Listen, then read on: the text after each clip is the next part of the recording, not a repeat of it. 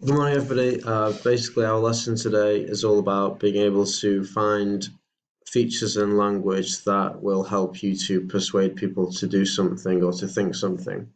So, we've done these keys before. You just need to choose a color for each of the features and go through the text, which is also on the classroom page, and highlight those in the correct colors.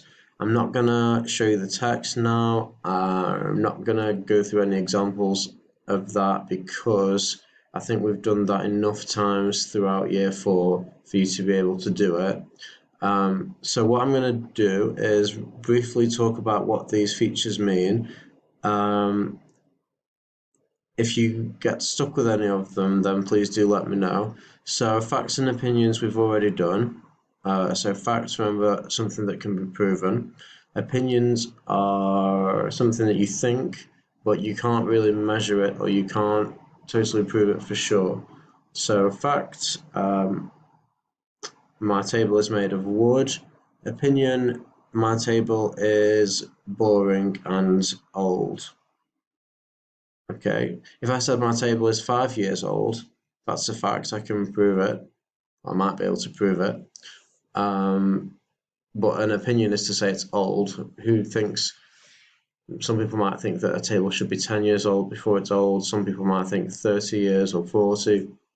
So it will depend on the viewpoint of the person. Therefore, it is an opinion.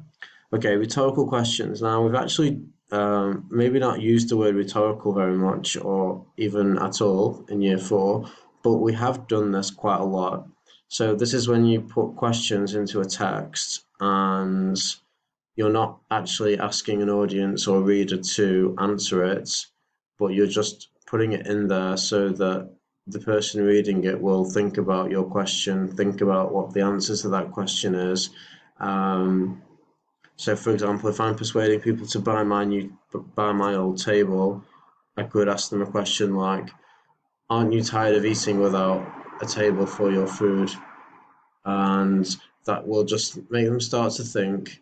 And so those questions are quite popular when you're trying to persuade. The next one, exaggeration or hyperbole. I've put both of those words. They are synonyms. They mean pretty much the same thing. I just want you to be able to recognize both of those words, and it's basically being over the top, being too much. So instead of saying it's a good phone, you can say it's the best phone that was ever created. Instead of saying it was a cool English lesson, you could say it was the most cool English lesson since English lessons were created.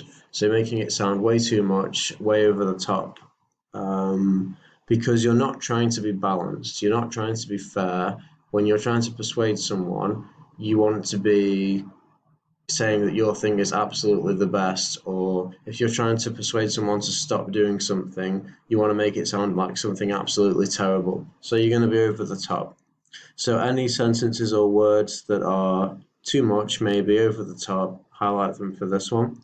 And the final one, to make someone do something or feel something or believe something, people have lots of emotions and people make decisions based on those emotions quite often. So using language and using phrases that give people emotions or provoke certain emotions are very useful if you want to persuade people to do something. So any language that you can think of in the text, that you can find in the text, that makes you feel something or would make someone feel something possibly.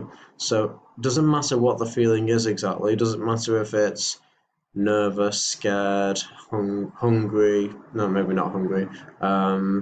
Excited, happy. Sympathy is a good one. If feeling sorry for someone. Sometimes when you see adverts for charities asking people to give money, they'll try to make you feel very sorry for people or animals who need help, so that you're more likely to do that.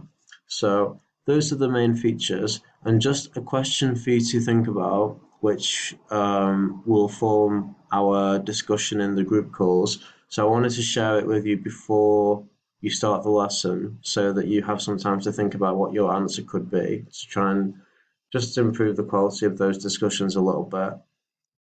If I'm persuading someone, Doesn't matter what I'm persuading them about.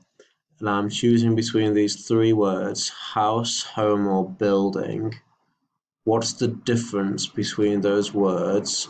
Which one would you maybe be more likely to want to use?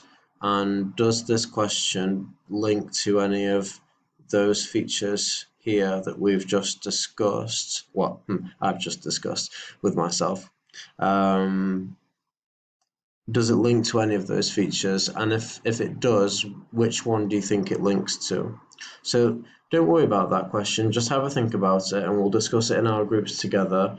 Like I said, just make a key with some different colours for this one. If you can print out the text example, you are lucky. If you cannot print out the text example, and I can feel that the hatred for me already.